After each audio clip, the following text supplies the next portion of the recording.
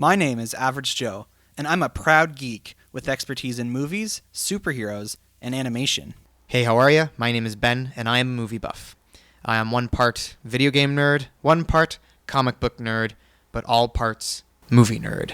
Our mission is to bring nerd culture to the masses by putting it all under the microscope. Welcome to the Bat Jar Podcast.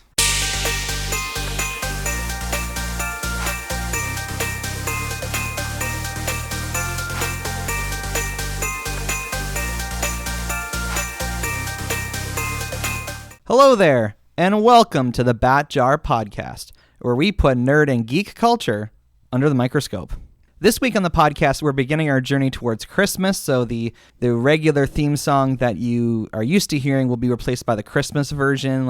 All the episodes between now and Christmas are Christmas-ish in nature. Cool. So, Ben the Movie Buff, it's almost Christmas. It is. There are, by the time of our recording, about 18 days left. Are you done all your shopping? I have one more person to shop for. It's actually, it's for Timmy. It's for my little brother who's been on this podcast before. Oh, Tiny Tim, of course. That's right. So if you're listening, Tim, hey, almost have your gift. I'm probably just going to surprise him. I asked him what he wanted, and he did not give me an answer, so I'm probably just going to surprise him. After that, all of my shopping will be done, and then I'll be wrapping up my gifts soon. I think one of the things I admire the most about you is your wardrobe. You have some of the best T-shirts, and so I'm going to describe for our listeners. He is wearing a shirt today portraying the original Star Wars trio of Han, Luke, and Leia with Chewbacca and like a Christmas wreath, and they all have their mouths open as if they're singing Christmas carols. Yes. Although, to no surprise, Harrison Ford has the least expressive face, as if the other three are kind of going full bore into it, giving 100% effort, and Harrison Ford is just like, yeah, here we go. So it sounds like you're already in the spirit. You're already prepared for what we're going to be talking about today. Oh, I am. I should mention some, this is probably bad news for some people, but we've been talking for a while now about Pixel Patch's return to the podcast. Oh, yes. His sabbatical was scheduled to end at the end of this month, and then he was going to be back in January, but talking to him, he's decided it's actually, he won't be coming back. That actually for his family, he has to move on to other opportunities. So it's not that we'll never see him again. I'm sure he'll come back for some guest appearances, but when the show comes back in January, we will indeed have a new co-host, which has been determined, but to try and build some mystique, I'm going to keep it a surprise. It is someone who's been on the show before. So cool. In case your guys are thinking, oh, they're bringing in a whole new person, rest assured it is someone who's been on the show before, and that's all I'm going to tell you for now. And as last week's episode proved, we had Asian John back after he left the show. So this is not the end for Pixel Patch. I'm sure he'll be back. Who knows when, but never say never. Yep. That's what Justin Bieber taught me. That's right. That's also the name of an offshoot James Bond movie, Never Say Never Again. So, yeah, there's some wisdom to be taken from there, too. It's just what I think of when I hear that. So this week, Ben the Movie Buff, we are talking about Christmas movies. Now, on this show, we've spent a lot of time kind of discussing and determining the different types of Christmas movies. Yeah. Now, I don't think you've been part of any of those conversations before. I don't think so, no. So, according to the Bat Jar system, there are 3 types of Christmas movies. Okay. And we've labeled them A, B, and C. Okay. You want to take a crack at guessing what the 3 types are? Sure. And I mean, we briefly talked about what one of them was before we started recording, so I kind of know that. But yeah, okay, let's see here. The A-type Christmas movie is a Christmas movie through and through.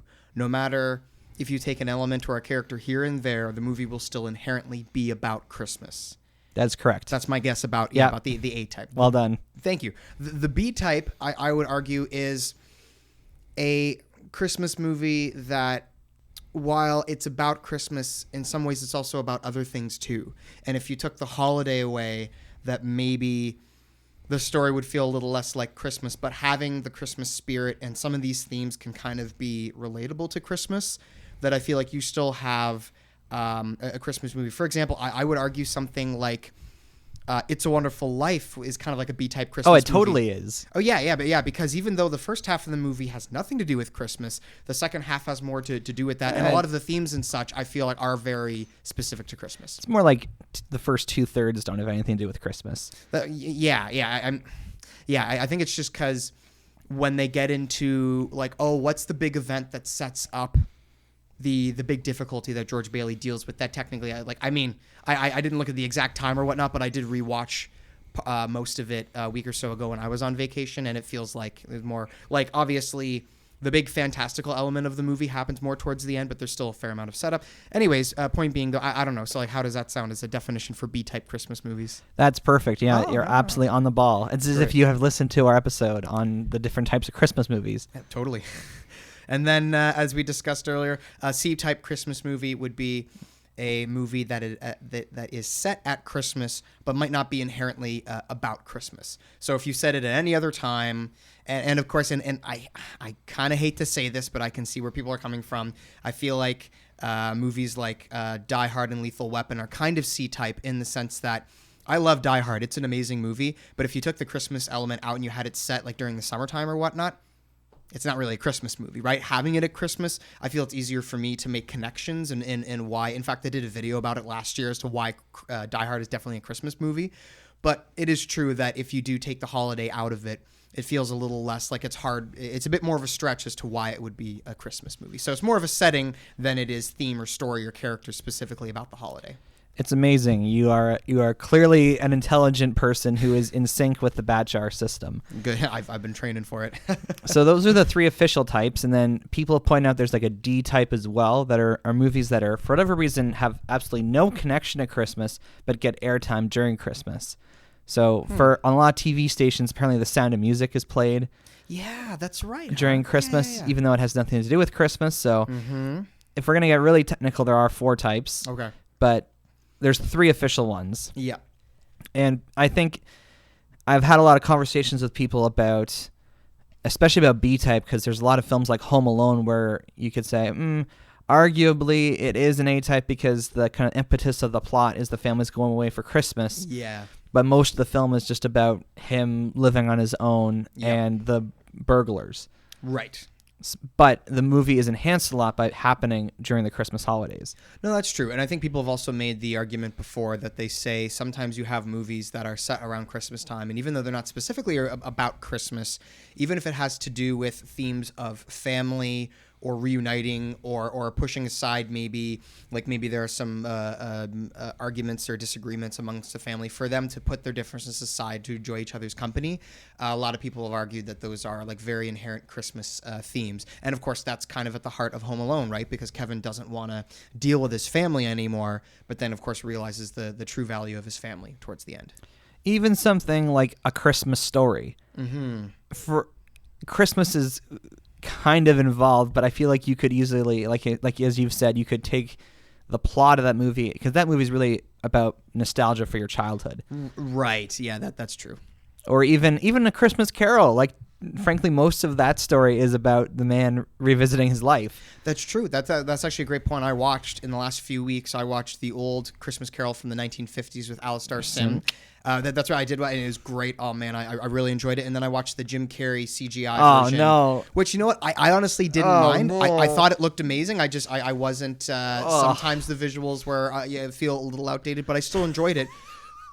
But it's true what you say, that I feel like the big point of the movie is that it's about a man reflecting on his life and looking at just the way he's kind of decided to be in love with money, then in love with people and doing good deeds. So that's true. Yeah, you could technically have a story like that and have it set at another time. But of course, Christmas time, like, it makes sense, like, why they would want to have that sense of holiday cheer and redeeming himself around Christmas. Yeah, so people would probably not argue with us in our definition of an A-type Christmas movie. Yeah. A Christmas movie is a Christmas movie. Yeah. The plot could not happen without Christmas. Yeah. And this doesn't even have to be about a Christmas-themed character. Like, I think of the movie Four Christmases, where Vince Vaughn and Reese Witherspoon, they have to spend the Christmas holidays with their 4 parents who are all separated. So they have to go to 4 different Christmases. Yeah. B-type people might dispute and say, well, it's a Christmas movie. Why do you have to split hairs? Right. The C-type is the one that is probably most contentious, because really the only thing that is authentically Christmassy about these movies is the setting. Right. It just happens to be set during the Christmas time, and therefore, otherwise it's not Christmassy at all. Like Yeah. to call these films Christmas movies is a disservice to some. Yeah. And they would say, I'm going to watch a Christmas movie. I'm not going to pop in Die Hard. Right. Yeah. But I think the decision to place those films during Christmas was an intentional decision by the filmmakers. Yep. So adding the C-type is sort of a way to honor the intentions of those directors. And that's actually going to be the whole conversation today on the show is kind of talking about C-type Christmas movies and which ones we think made best use of the Christmas season. And maybe by the end of this, we'll actually come to agreement on what's the best C-type Christmas film. Okay. So I tried looking it up to find out what was the first film set at Christmas that wasn't an authentically Christmas film. Okay. And I didn't have a lot of luck. I did do some research on Shane Black, who is a filmmaker who has set many of his films during Christmas. And I know we in this show we've actually quoted him before in his explanation as to why he sets things during Christmas. Yeah. But I want to go back to that. So he was interviewed in 2016 in anticipation of the release of The Nice Guys. Yeah. And he was asked about Christmas and why he puts it so much in his films. So here we go. You ready? I'm going to quote Shane Black. Go for it. I don't know what he sounds like, so I'm just going to read this in my own voice. Yeah, that's okay. Quote, Christmas represents a little stutter in the march of days, a hush in which we have a chance to assess, retrospect our lives. I tend to think also that it just informs as a backdrop. The first time I noticed it was 3 Days of the Condor, the Sidney Pollack film, where Christmas in the background adds this really odd, chilling counterpoint to the espionage plot. End quote. So we'll go through his quote more here, but just this first part here. Have you seen 3 Days of the Condor? It's funny. I have not. I have heard about it so many times, and it is on my watch list. I think it's on Amazon Prime, so I have it on my watch list there, but I do want to watch it at some point. So would you... I haven't seen this movie either, for the record, so I wouldn't go... Like, this movie was released in the 70s. Yep, that's right. 1975, so I'm sure there were other films that were released prior to this that were set at Christmas that weren't about Christmas. Yep. But do you agree with Shane's first point here about how Christmas is this kind of like time of the year where we're passing retrospect on our lives, and that's this like hush, quiet time? Yeah, no, I would. I think it's because of its placement, right? The fact that, and like even right here, right now, we're in December, we're in the last month of the year, or even in the last month of the decade. But yeah, it seems to me that I guess you could be in, just like any month of the year thinking about your life. But I feel like when you get to the end of a year, I think that means something to people, right? Because they know that a new year's coming up. If maybe they didn't have a good year, maybe they were... I don't know, maybe like someone was playing too much video games and they get to the end of the year and they're like, you know what, my New Year's resolution is I'm going to try and play less video games and maybe get out more. Or, there are lots of other resolutions that people do. Hence why gym memberships are so popular in January, right? Because people want to try and get healthy and get more into fitness. So I think it's because of its placement. And I also think it's because... it's such a nice time of the year for most people, I'd like to think, especially when, people are singing Christmas carols and people are wishing each other a Merry Christmas, and you see how beautiful it looks with the snow outside and getting gifts that I feel like, at least for me, when I'm very grateful for everything I have, and I'd like to think that I am, that it does get me to think more. It does get me to think more about my life and maybe certain little things that maybe I wasn't grateful for at the time, but I should be now. And once in a while, I'll go up to my parents and I'll thank them for things that they did for me 10 years ago, because I don't think that I graciously thanked them enough at the time when I was 20, when I was 15 or whatnot. But I feel like now, being 30, I feel like... Oh, you're revealing your age to our audience. That's right. Oh, surprise. Sure, for all those people who thought, man, he sounds like he's 18. Anyways, point being, though, yeah, I think because of the atmosphere of Christmas, the goodwill towards men and peace on earth and all that, I feel like that is kind of an atmosphere that gets me to think about my life, given the fact that it's also the last month of the year, too. So what Shane is basically saying to us is that if you just set a movie at Christmas, you can create a whole lot of atmosphere without even really trying, because everyone has an idea of what Christmas is, and the just seeing Christmas lights kind of brings out certain emotions in you. And so it can actually be visually used to counteract whatever is going on in your plot. That's true. If you have a setting that is unfamiliar to people, especially a setting in a fantasy world or a science fiction world, or maybe of a small tribe or group of people, that your average Joe is not aware of. Hey. There is. Oh no, right? Yeah, sorry, that was totally accident. I swear. But it's funny how, yeah, there is a bit more work to do, right? There's a bit more effort into telling the audience what they need to know about this world, about the characters, any important things that may come to play later on in the story. But with Christmas, it's like, who needs to know what Christmas is about? I feel like most people know what Christmas is about, except for like babies.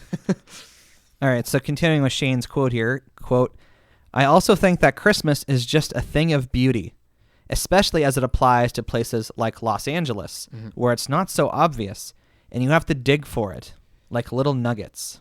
You know, all around the city are little slices, little icons of Christmas, that are as effective and beautiful in and of themselves as any 40-foot Christmas tree on the lawn of the White House. So that, in a lot of words, is the answer." End quote. Cool. So we spoke, the last time we quoted him on this, he makes reference to how he was just walking around and found a taco truck that had a little figurine of the Virgin Mary inside, like a light bulb. Okay. and this, I think he kind of summarizes what we were just talking about, is that the fact that choosing this set of film at Christmas, at least atmospherically, whether, for the production designers, they can really go wild, kind of like lighting things and decorating the sets. And even in places like Los Angeles where it doesn't really snow, I'm sure you can. I've never been to Los Angeles. Me neither. But I was just in Rome, which is a place that does not snow, and they had Christmas lights up everywhere. Oh, cool. And it was very pretty. So I can imagine what it's like in Los Angeles. And if Los Angeles is anything like Rome at Christmas time, then certainly the city has a different feel. Yeah. And as Shane pointed out, as you pointed out, setting films at Christmas, when the plot is not about Christmas, it can kind of bring a lot of those themes home without ever actually having to make it part of the story. It's just kind of like subtext that's there.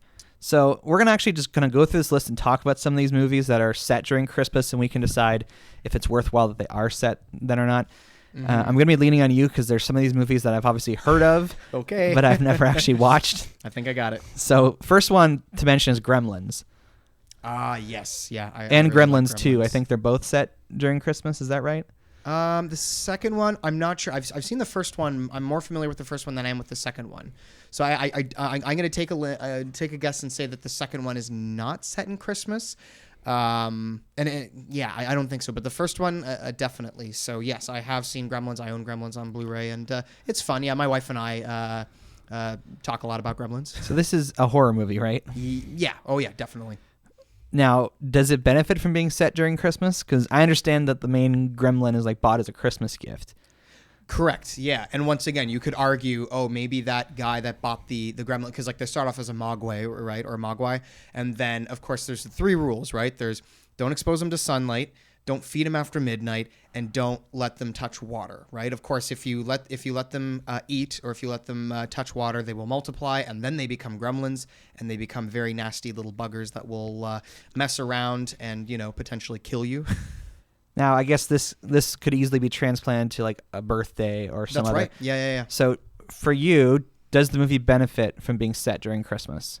So I'm going to say yes, and here's the reason why. And it was actually something I was going to bring up earlier when you mentioned the quote about Shane Black walking around and just looking at all these beautiful Christmas decorations and things. So it seems to me that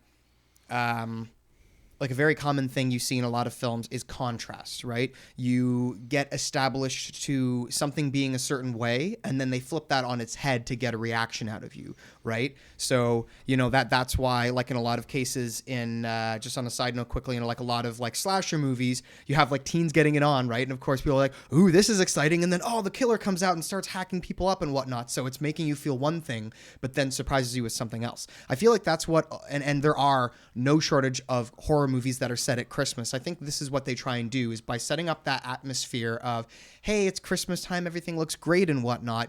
I think you kind of surprise people a bit more when you have, and even though Gremlins is rated PG, there are a few kind of horrific acts of violence that happened before the whole PG-13 rating was introduced and all that.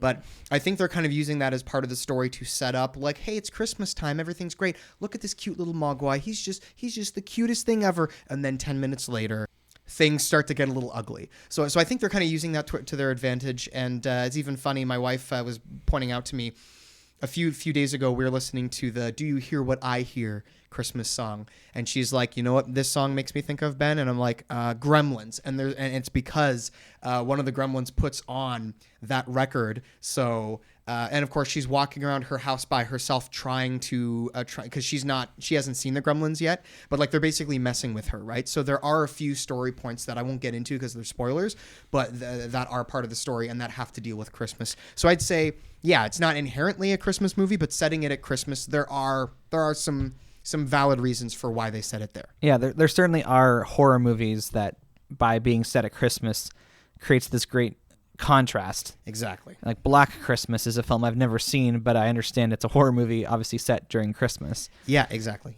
Its atmosphere is created for you because you feel that the disturbance inside you that this is supposed to be a family time and good feelings, and something bad's happening. Exactly. Yeah, if I remember correctly, and I do like the first Black Christmas that came out. Yeah, you have all these girls that are kind of spending time in this like sorority house over Christmas holidays, right? And of course you'd think like, oh, that should be like a fun time, right? They're taking time away from studies and they get to hang out, and boys come to visit once in a while, so sometimes it's kind of saucy, but then they start getting calls from the killer and they have to figure out who it is. And yeah, I think it's just, having something set at Christmas really does a lot of legwork for you, and it allows the audience to make sense of, certain connections as to why it would be set at that time. Now, Trading Places is a movie I've never seen. I've seen it. I've seen the poster. Yep. And apparently it's set during Christmas. Yeah, I mean, if I remember correctly, I feel like the movie's set across like a few months, so I think it might be one of those things like It's a Wonderful Life, if I remember correctly, where part of the movie doesn't take place at Christmas, but I think the other part... sorry. I think most of the movie does take place at Christmas. Now, is this a movie that needs to be set during Christmas? Like, could this movie work as well if it was just set during a different time of the year? Probably, although once again, I'll make the argument that if I remember correctly, the way the story goes is that you have these two wealthy people that make a bet where they take one person, Dan Aykroyd, who is a product. What is it? He's a product of his family, right? Like his family has helped him get to where he is, and everything works out well for him. And then there's another guy, Eddie Murphy, who plays like a homeless guy who's a product of his environment. And the whole bet is to see if you were to trade their places, like how would they react, and would their kind of attitude as to like how they live their lives, would that change, right? Even though Dan Aykroyd is someone at the beginning of the movie who's very like, he's very knowledgeable and sensible and knows how to like use his brain. If he gets kicked out and becomes a homeless person, can he still work his way back up, or is he just going to stay as a homeless person because of the unfair circumstances that he's been given? But these two guys, of course, figure out what's going on, and they have to work together to outsmart the guys that started the bet. And yeah, I feel like going back to that whole thing of like Eddie Murphy being homeless, like it sucks being homeless, but imagine being homeless during Christmas time when it's cold out and everyone gets to enjoy family time and presents and whatnot. I feel like it hits home a bit more. All right, fine. My hope is that we're going to actually be able to say some of these movies don't need to be set during Christmas, but so far, so far we're not there yet. Nope. Another movie I have not seen, one of Shane Black's films, Kiss Kiss Bang Bang. Yes, also seen this one. So does this movie need to be set during Christmas? Okay, so I'm gonna. I don't think so. Now, keep in mind, it's been like 10 years since I've seen this movie. And it's funny because, of course, I'm now thinking of the quote of Shane Black, the one that we read a few minutes ago. But you know what? I feel like this movie, like I think it has something to do with like these two guys trying to find this killer or this criminal. And I you know what? I think it probably could do without the Christmas time. But as Shane Black says, Christmas and then audience are able to make a connection. But you know what? I'm gonna say no to that one. But it might be because it's been a while since I've seen it. Okay, Rocky 4. I'm so bad. Oh, that's right, Rocky 4. Oh man, I've never actually seen Rocky 4. I've seen like internet reviews and I've watched scenes from the movie, so I know what the movie's about. Yeah. But I had no idea it was set during Christmas. That's right. And it's funny. You totally reminded me here. I've seen all the Rocky movies except Creed 2 and Rocky 4. That's right. Because I'm pretty sure he does the fight on either Christmas Day or New Year's Day or something like that. So okay. So this is one of the things I love about I find Rocky 4 is like a pretty decent Rocky movie, but man, if there's anything that the Rocky movies excel at, it's at training montages. Like, watch a training montage and you will want to work out. You will want to run because of how awesome they make them look. So if I remember correctly, I think it's because Rocky IV takes place during Christmas because the first Rocky movie, one of the best sports movies of all time, easily, the fight happens, I believe on New Year's Eve or New Year's Day. Like, it happens around Christmas time.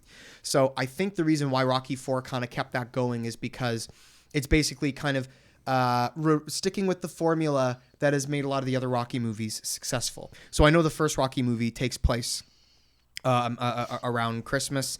Rocky II, I think, also takes place around Christmas because when Rocky has to do a rematch against Apollo Creed, it happens a year later, so around the same time.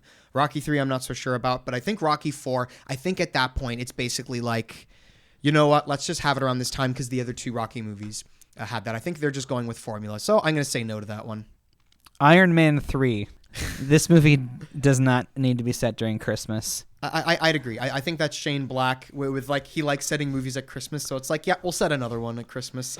I mean, I guess it creates some variety among MCU movies because that is true. It is like the only one that is kind of set during Christmas. I don't know.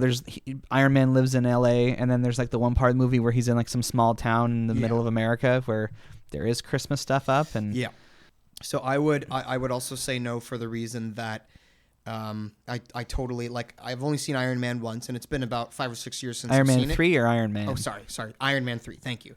But yeah, Shane Black's Iron Man 3 I've only seen once, and yeah, I totally forgot that it was set around Christmas. So I'd like to think if you forget that a movie's set around Christmas, even though maybe that is a kind of a big part, or at least in his eyes a big part, it's probably because it's a little forgettable. Edward Scissorhands. Edward's. Oh, that's right. Edward Scissorhands. Sorry. That's right. Yeah, did you say scissored hands? I have not seen this one either. I'm probably coming off as like a terrible person right now. That's right, Joe. What do you do when you say... No, Edward Scissorhands is good. Out of Tim Burton's works, I would rank it in my top 5 easily.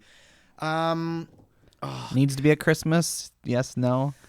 I'm torn. I'm kind of in the middle. On the one hand, you get the beautiful Christmas imagery because you get the snow, and then there's like one point where he's doing a ice sculpture, and because he moves so quickly with his scissor hands, the ice kind of floats away and looks like snow, and it's very beautiful. There's also that whole thought too that if you were to watch a standard Christmas movie with the family, you would probably not run into a character like Edward Scissorhands. So I think Tim Burton could be using it in the same way, where there's that contrast of you have the beautiful Christmas decorations, and then you have this weird looking guy with scissors for hands. So, but you know what? Sorry, Tim Burton. I do love Edward Scissorhands, but I'm going to say no. It really doesn't. It could have been set at another time and still being just as effective, but maybe I'm missing something. Okay, I think I found the winner for oldest Christmas C-type movie. Ooh, do tell. Have you ever heard of a movie called The Thin Man? I have heard of it. Yeah, I haven't seen it yet, but it's from 1934. That's right. Yeah. And apparently, I'm looking at the Wikipedia page for it now. That's right. Let's get to the bottom of this. It says Nick Charles, a retired detective, and his wife Nora are attempting to settle down. They are based in San Francisco, but decide to spend the Christmas holidays in New York. Mm-hmm. There, Nick is pressed back into service by Dorothy Wynant, a young woman whose father Clyde was an old client of Nick's. Okay. Clyde's the title's Thin Man was supposed to be on a secret business trip and promised to be home before his daughter's wedding, but has mysteriously vanished. So, yeah, here we go. This is 19... I would be surprised if there's a film earlier than 1934 that is set during Christmas that is not about Christmas. Yep. I have not seen it. I've just learned of this thing now. I mean, that description sounds interesting enough. Yeah, no, it's on my watch list. I definitely want to watch it. I've had a few friends of mine tell me, like, you need to watch this movie. So one day I will. So as far as we can tell, since we haven't seen it, we can't tell if it actually benefits from being set at Christmas. Yeah, no, we can't. Can't say. So there you go, Thin Man. Okay, I've never seen L.A. Confidential, but it's showing I've seen up. L.A. Confidential. Man, it's so funny. You keep on bringing up these movies, and I'm like, that was set at Christmas?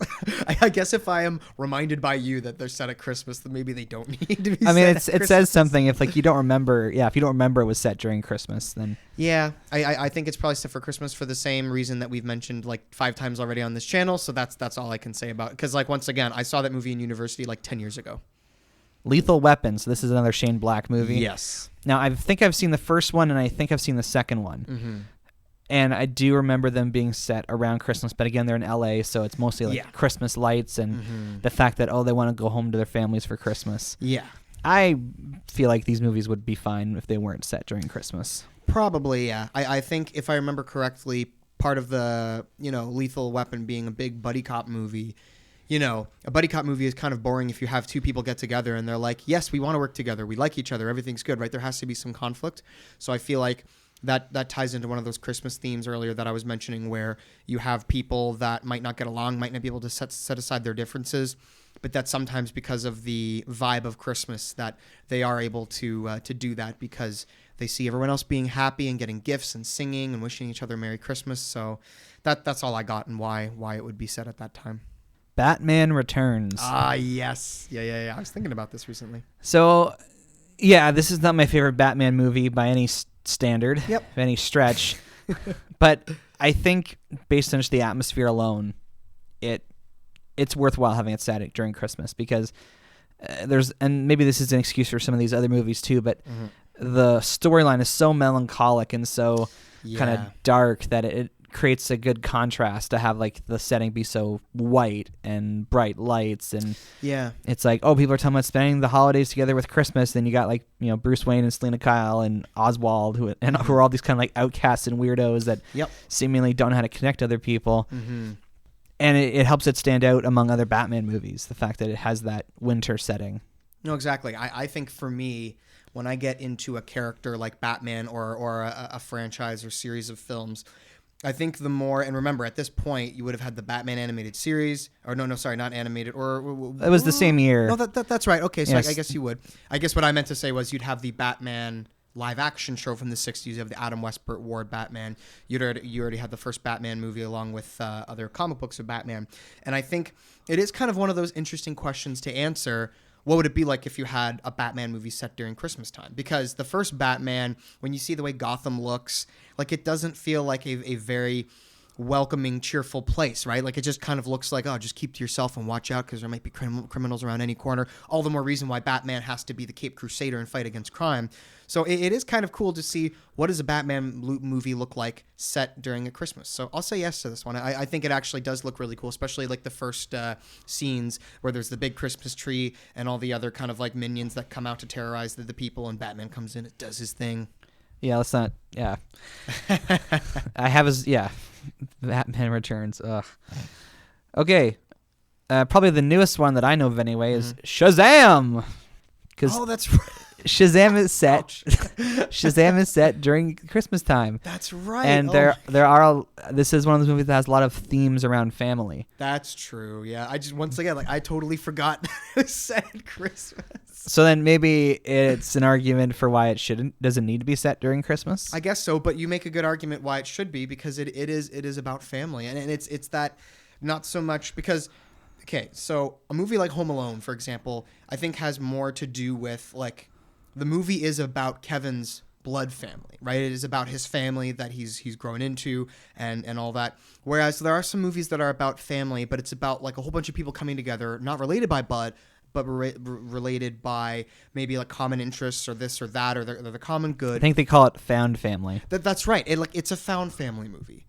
So, yeah, I'm going to go a half season. I'm going to say kind of needs to be Christmas, but not completely, because my favorite things about the movie have nothing to do with Christmas. Well, and this brings up the point that is true of Batman Returns, of Iron Man 3. A lot of these movies, even though the films are set during Christmas, they weren't released theatrically during Christmas. That's right, yeah. Shazam came out in April. Yep. Batman Returns came out in June, I think. Yeah, summertime. Iron Man 3 would have come out first weekend of May. So right, yeah. It is kind of jarring, admittedly, going to see a movie that is set during Christmas when it's not the Christmas season. Yep. Because it's like I'm not in the mood for Christmas yet, and you're putting me in a Christmas setting. So You know, it's also jarring working on Christmas movies all year long. Even like a few weeks after Christmas, and you're working on a Christmas movie, and you feel like you're kind of celebrating it all year long. So, but I hear you. That's right. It is interesting seeing it at off times and being like, oh right, Christmas only 8 more months. Speaking of, let's go off on a tangent a bit here. Would you say the movies you work on are A types or B types or C types? I was thinking about that. That's a great question. I would say most of the Christmas movies that I work on are A types for this reason. I want to say this politely because, in the event that, okay. So they're kind of like Hallmarky Christmas movies, well, right? that's the thing. Yeah. It, as weird as it sounds, but I feel like you could almost make a category of its own and call it the Hallmark Christmas movie. But I would argue it is the A type for the reason that, so, I worked on a movie earlier this year called Christmas Coach. It was about these 2 girls that basically, and I know it sounds ridiculous, but they coach people how to celebrate Christmas. That's like my dream job. So, and they do that, but they also, for people that are busy and don't have time to set up Christmas decorations or organize events, they do that too, right? Sign me up. Is this can this be a real thing? I'd love to do this. Maybe, who knows? We'll have to do some research. But so this girl, of course, is setting up decorations for this family that actually like are related to a royal family, right? So of course, anytime like the guy comes along, she's like, "Oh, hello, sorry, I'm awkward and clumsy and this and that." And of course, the guy, falls in love with her. Surprise, surprise. But I think it just seems to me that when I read those scripts, there's literally like a reference to Christmas every page, if not every other page. And I think because of that, if you were to change it into something else that happened at a different time or a different setting, you'd have to change the whole story because like these girls literally are like talking to the characters about like, oh, here's all the fun Christmas things we can do. Here's all the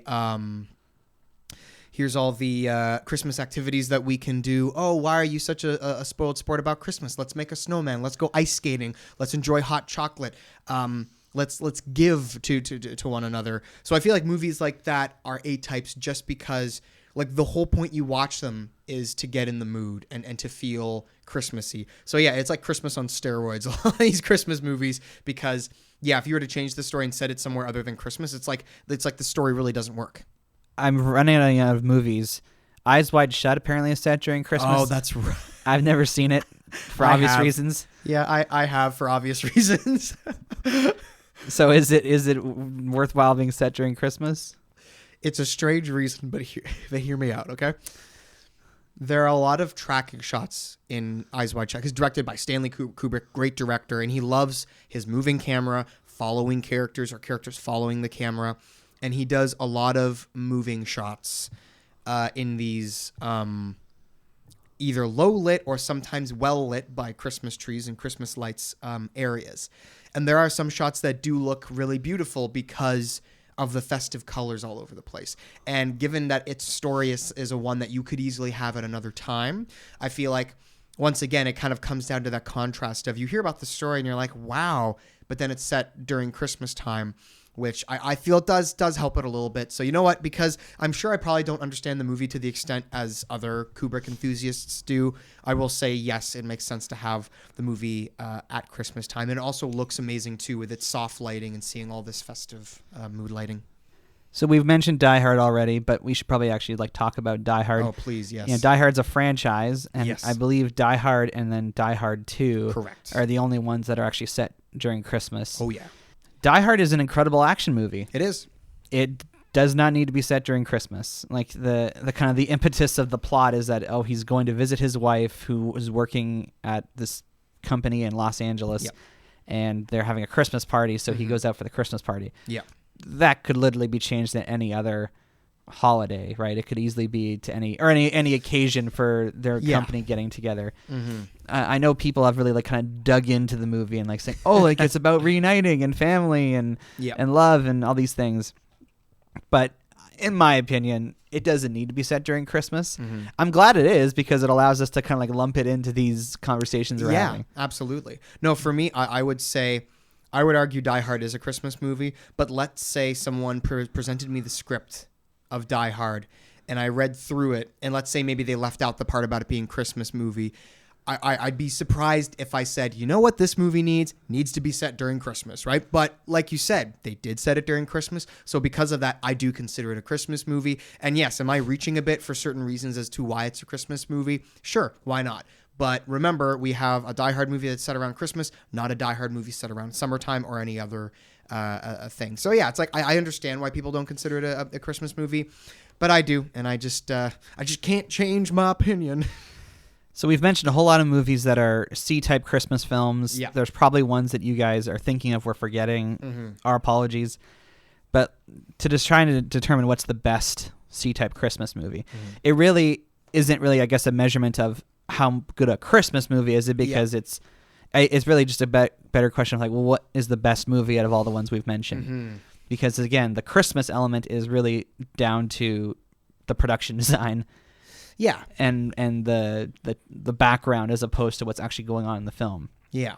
And I mean, no one will be surprised at my answer here, but I will go with Die Hard for the reason that I feel like even though the movie doesn't have that much to do with Christmas, I feel like if you do analyze and you do interpret why certain things happen a certain way, that you could... I think you could make the argument that it is a Christmas movie. And I love the fact that people have gotten so up in arms, right? Like there are memes online that have a picture of John McClane and it says there are two types of people in this world. The first type of people think that Die Hard is a Christmas movie. The second type are wrong. So I love how excited and into it people get. And I guess I kind of do as well because I made a video about it last year. So I would argue that Die Hard is a movie that doesn't really need to be set around Christmas, but because it is, I feel like there's a bit more fun to be had with the movie. So are you saying that Die Hard wouldn't be as popular if it wasn't set during Christmas? No, I think Die Hard would still be pretty popular. I think it would still spawn the franchise that it did. I think this is just some extra fun, an added bonus that we get to have because of the fact that they decided to have it at Christmas. And I could be wrong, but if I remember correctly, when I was making my video, I went to the original book to see whether it was set at Christmas. I don't think it is. I think that was something that the filmmakers added as like a fun, imagine if this happened at Christmas time. So, and of course that made me think, I was like, oh shoot, that's one less reason why it should be a Christmas movie, because it wasn't even Christmas in the original novel. Yeah, but the original novel, it's like, from what I remember, is a sequel to another novel, so which had a different movie adaptation with a different actor in it. So. Oh, that's right. Yeah. Yeah, like even the name, like, yeah. And I think Die Hard is influential because it kind of spawned this whole franchise, or not just the franchise, but this whole kind of trend of action movies where it's like it's the everyman against the world, against a guy in tight circumstances. Because most action movies up until that point were Schwarzeneggers or Stallones or just these like human Adonises that seemed like part of why we watched is because it's like this guy is like superhuman and he's something, it's like superhero movies of the time. Yeah. Because they were seemingly invincible and totally beyond our, we couldn't imagine being those guys, but we enjoyed seeing them kick a lot of butt. Whereas with Die Hard, Bruce Willis, he's never really been known for having he looks good in the movie, but he's an everyman. He's average height. He's not all impressive. He's bleeding everywhere. That's right. He's without shoes for a lot of the movie. Yep. And I would also argue that Die Hard, it's probably not the first movie to do this, but I think it was definitely one of the more memorable action movies to have all of the action set in one setting, right? The way the movie uses architecture and how John McClane has to adapt and use the things that he has in the building, along with like trying to get from one floor to the next, is actually a really ingenious way to keep the action fresh and exciting, given that there are no car chases, there are no helicopter chases, there are no foot chases. Everything has to happen within this building. And I think that's one of the reasons why it's so awesome, is that it's one setting, but they really go to town with that setting and have a lot of fun with it. Yeah, to try and compete with Die Hard, I'd like to say Shazam, but I guess the question becomes like, how do you define what the best C-type Christmas movie is? Because you could just say what's the better movie, and that's it. Yeah. Or say what makes better use of the C-type nature of the movie? Because I would argue Batman Returns is one of the best examples of using that setting to its advantage, but it's not as good a movie. Right. So I'd like to put Shazam up as like an alternative choice to Die Hard. Totally cool. Yeah. But even objectively, I think Shazam's a great movie, but I think Die Hard's a better movie. Yeah, absolutely. And I guess there's no competition here. John McClane has come out on top. So the Bachelor Podcast can definitively say the best C-type Christmas movie is Die Hard. Yippee-ki-yay. They've seized a building and taken hostages. One man has managed to escape and is trapped inside. I'm starting to get a bad feeling up here. John McClane didn't want to be a hero, Send the police now! but he's the only chance they've got. Bruce Willis in Die Hard. 40 stories of sheer adventure. Rated R. So there you go. So I can imagine this will spin off episodes for future years of Christmas when we talk about what's the best A-type and the best B-type. Yeah. But for now, we definitively know what the best C-type Christmas movie is, and it is indeed Die Hard. Let us know what you think. Do you agree with our opinions? Do you think we're out to lunch? I wouldn't mind some lunch right about now. That would be nice. It's time to go inside the bat jar and look at our mail. Ooh. This week we have a pair of messages from our old friend Paul Rouleau. Hi, Average Joe. What the heck is up with Baby Yoda? And please answer this carefully because I've watched 2 episodes of The Mandalorian so far, and I'm going to continue watching more. But I've only seen the first 3. oh, okay, so that's good. So hopefully, if you can, try and avoid spoilers for the 3rd. But if we can work with the first 2, So people have pointed out online that he's called Baby Yoda. yeah, We don't believe that he is a baby version of Yoda. yeah, Apparently, the race that Yoda belongs to doesn't have a name as of yet. So, just to give the baby a name, they're calling it Baby Yoda. So, what's the deal with him? I don't know what his deal is. He's apparently a 50-year-old. Yep. Looks very good for a 50-year-old. He Yep. seems to be force sensitive, and this isn't really a spoiler, but even by the end of episode 3 of The Mandalorian, we don't really know why the remnants of the Empire want him or want him dead. right. So what's the deal? I don't know. He's supremely cute, and I'm seeing memes of him everywhere. Yes. Oh God, every day on Facebook, I was like, Baby Yoda, Baby Yoda, Baby Yoda. I feel kind of bad for people who haven't seen The Mandalorian because that was a huge reveal at the end of the first episode to see Baby Yoda there. Yep. And now even for people, I accidentally showed a meme. I showed a meme to someone who I thought had seen Mandalorian, and they hadn't. They didn't get it. They're like, "Who? What is that?" I was like, "Oh no!" So yeah, I don't know what Baby Yoda's deal is, but bet she's important. Hopefully, it does raise questions, of course, because this is supposed to be set before the new trilogy. Where is he? If this Baby Yoda does exist, he should. I would argue he should be around during the events of Force Awakens, Last Jedi, Rise of Skywalker. Maybe he'll come out in Rise of Skywalker. I was going to say that maybe it's a bit of a stretch because I know everyone that goes to see Rise of Skywalker, I'm sure there will be some that don't watch The Mandalorian and then just go to see the movie. But yeah, how fun would that be if there's actually a little Easter egg or a little scene involving Baby Yoda in the new one, and all the Mandalorian fans are like, "Yeah, Baby Yoda!" It's all coming together. Maybe there's some light that they can shed on that. But I wonder if maybe the whole point of Baby Yoda is, and I mean, from the sounds of it, it seems like it's still kind of in the dark. But I wonder if the whole point was, if you have people asking questions about Star Wars, about things that they don't know that much about, I wonder if Yoda's species is the one thing that maybe a lot of people were just curious to learn more about, and maybe The Mandalorian is an answer to that. But who knows? Yeah, I remember in The Phantom Menace there was this other, this female-ish looking Yoda creature in the Jedi council room. Yeah. But anyway, what's Paul's other message there? Other message is, Hi, Average Joe. Please do an episode on Fireplace for Your Home. It's the Fireplace channel on Netflix. Do you want a 3-minute episode there, Paul? Because I don't know what all can we say about one of those fireplace. Have you seen these things before? Like the fake fireplaces that you can put on your TV? Oh yeah, I've seen those, and my mom loves them a lot. I didn't know there was one on Netflix, but it makes me curious. Oh, there's a couple different ones on Netflix. There's one that plays Christmas music. Right. There's one that's just a fireplace. Yeah. There's one that has extra crackle in the wood. Ooh, extra crackle. But maybe that's the whole point of having them on Netflix, is there's some variety. But yeah, it's cool. It's kind of fun. But yeah, that's right. We'd be doing a very short episode. What do you think about it? Oh, it's cool. Yeah, I think it's cool too. Well, thanks for joining. Yeah, maybe everyone. Okay. This will be your little episode on the. That's right. Yeah, because we have been talking about it for 30 seconds. So yeah, I don't own a fireplace, and I've never lived in a home with a fireplace. And I know at least one Christmas we actually did turn on the TV and we put the fireplace thingy on, just to simulate the experience. Because of course most Christmas stories that are set before the modern age talk about leaving your stockings out by the fire. That's and right. Santa Yeah. coming down chimneys and all that. So there's something very Christmassy about fireplaces. Absolutely. And so in our modern age where not nearly as many people have them, I love the experience of kind of simulating having a fireplace. Absolutely. My parents at their place, they have a fireplace after the ice storm of 98, I think it was. Yep. They're like, yep, we're not taking this chance again. We're getting a wood stove. And one of my favorite things would be like you'd be outside on a walk or piling logs or doing something and you'd be cold. And then you'd come inside and just sit by the fire. And like within 5 minutes, you'd be toasty warm. So, yeah. And then, of course, even though we have a real fireplace, we also have the fake fireplace upstairs, which, is kind of fun. My mom likes it. Do you prefer the ones that play Christmas music or the ones that just sound like a fireplace? The ones that just sound like a fireplace for the reason that, you hear Christmas music everywhere. I think the reason why I prefer fireplaces without Christmas music is just because you hear so much Christmas music.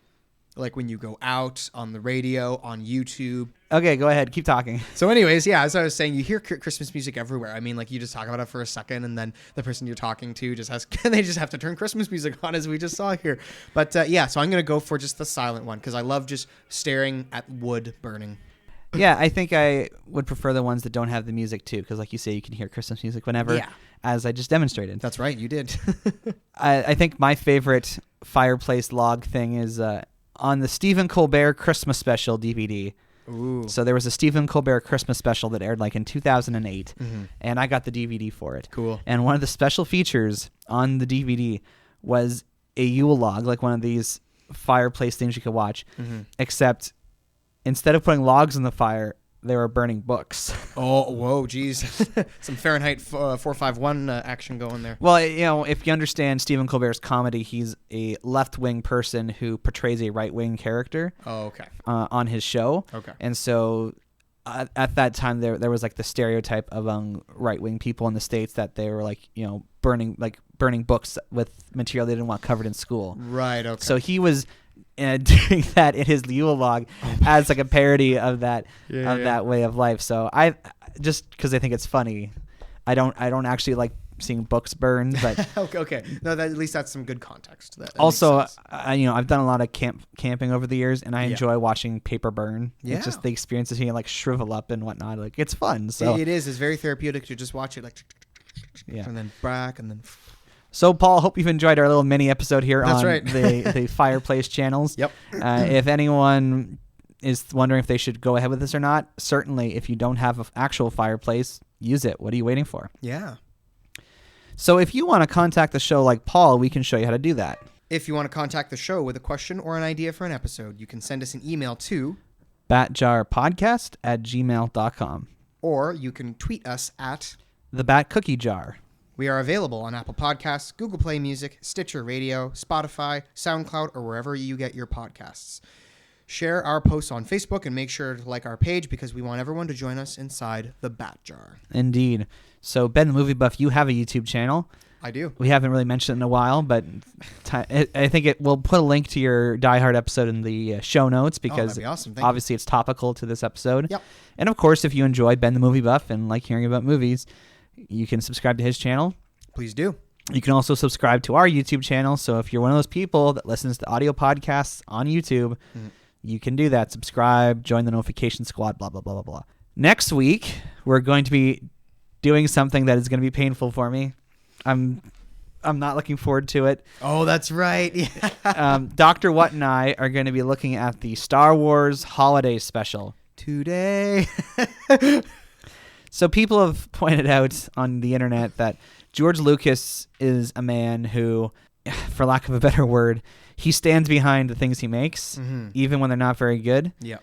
The exception being this holiday special. Yep. They made it, and he's done everything he can or could to make it unavailable to people. So it was never to be seen again.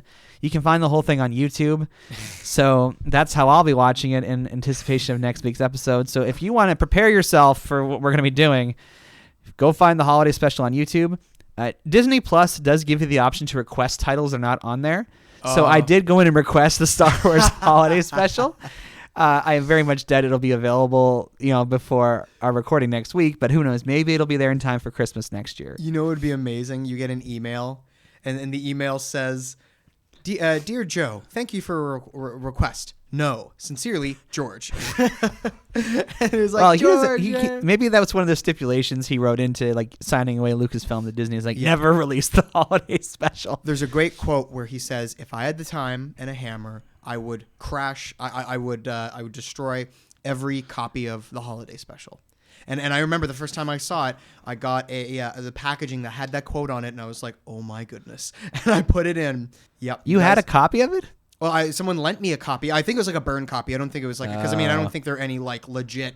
Like I don't think they've ever released it on home video. No, but I got course. like a burn copy of it that I guess someone made. But yeah, that's how I saw it, and all I can say is I hope you guys have fun next week.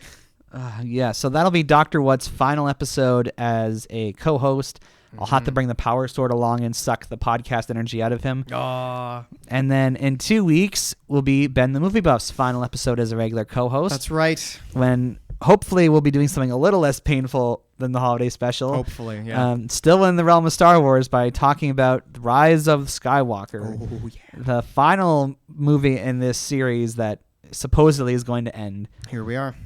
So it will be very sad if we find out that the holiday special is on equal level with Rise of Skywalker. It just can't be. It's not possible. It doesn't make sense in any reality for that to be the case. So we're gonna be okay. I hope.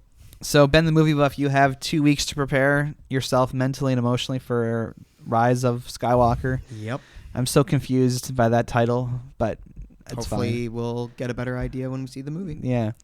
So come back to the Bad Sharp podcast next week to join our honoring, for lack of a better word, of the Star Wars holiday special, and come back in 2 weeks for our, for lack of a better word, conversation about Star Wars Episode 9, Rise of, is it the Rise of Skywalker or Rise of the Skywalker? I think it's just Rise of Skywalker. Rise of Skywalker, okay. Yeah. So until next week, I'm Average Joe. I'm Ben the Movie Buff. Catch you on the flip side. See you in the next one.